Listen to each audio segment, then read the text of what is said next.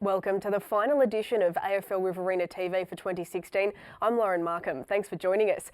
In the first round this year, two teams under new coaches met at Leeton. It was the start of a journey for clubs intent on taking their teams further than just finals. And now Shaun Campbell's Wagga Tigers and Jade Hodge's Leeton-Whitton are there on the last day of the season. Tigers will go in as favourites after being the standout team all year, but the Crows are finding their best footy at the right time. Tigers are also in reserve grade against Ganmain, while the Crows take on Griffith in the under-17s at 10 a.m, hoping to kick off a big day for the club. Obviously a long time since the town's celebrated success in first grade anyway, so very excited, but as a group trying to keep a lid on as much as possible just for our young guys more than anything. Does that drought add pressure or excitement? Oh look, I haven't felt any pressure personally. I don't think the guys do either, but definitely adds excitement. As I said, the town's really excited, the team's really excited, the board. So yeah, definitely excitement, but I don't think it adds any more pressure, mate. I think we just go out and play the footy that we know we can play, and the result should take care of itself. If it doesn't, we'll we know we've given it all. Will Shaun Browning come in? What's his chances? So he would train fully this week, trained really well Tuesday night. So look, we'll sit down tonight as a selection committee and go through the pros and cons and obviously matchups against Shaun's team and make a decision from that. So look, he's trained really well, and we'll sit down tonight and work that out. We're not 100% sure yet. So we've been working on the same stuff all year, and probably Matt can agree with this. Every time he's asked me questions during the year, it's all about the same stuff and about the same process. So look, we won't change anything. We'll stick to the same process. As far as 2008 goes, look, it was a long time ago. I think I'm the only one that played in that game. So there's most of the kids that we've got running around now were 12, 13 at the time. So yes, they would have watched from afar, but they definitely weren't really a part of it. And but obviously very excited for this weekend. And as I said, we've got a good group of youth and experience, so I think this time that should hold us in good stead, where I think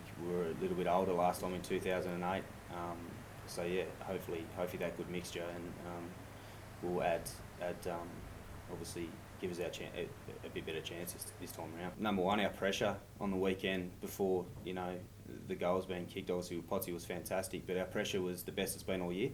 And definitely this weekend that needs to rise again if we're going to beat Wagga, because they're a young, fit side that like to get the ball out in the open. So if we can shut down space and obviously try and congest it as much as possible, that's going to help us, I think.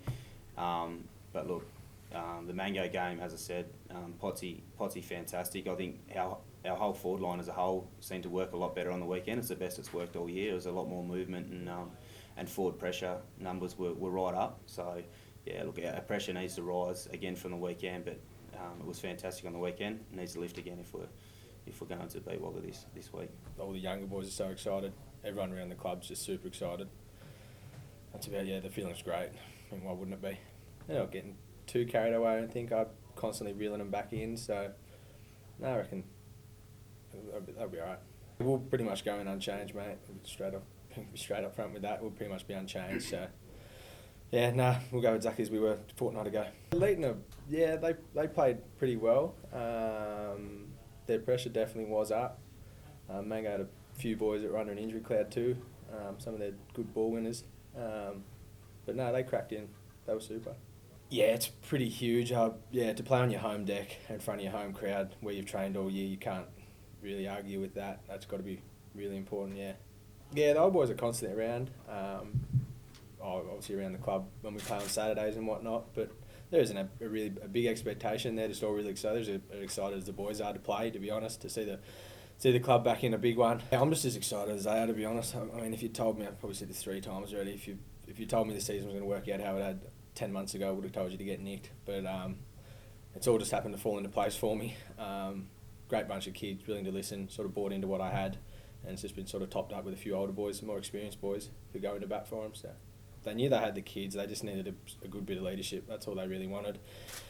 And they sort of thought if they could get me on board, I could have a good stab through Canberra, and I managed to do that and got a few older boys with a bit of experience to roll around. So that's all they wanted, just leadership. Just that we're playing a lot better footy at this end of the year. Look, at the start of the year, I knew new coach, new game plan, completely different structures.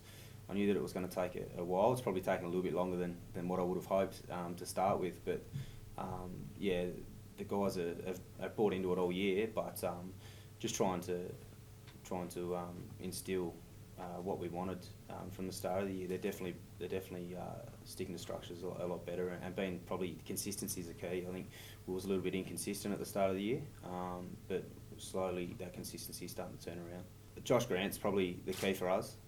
If we can get him up and about, I've seen the footy he can play, and he took a step towards that on the weekend. But I know that he can rise again. So if he plays the best football that I know he can play, I think he's the one that'll carry us a fair way. So obviously going to take a team effort. You can't rely on one person, but I reckon he's a big barometer for us.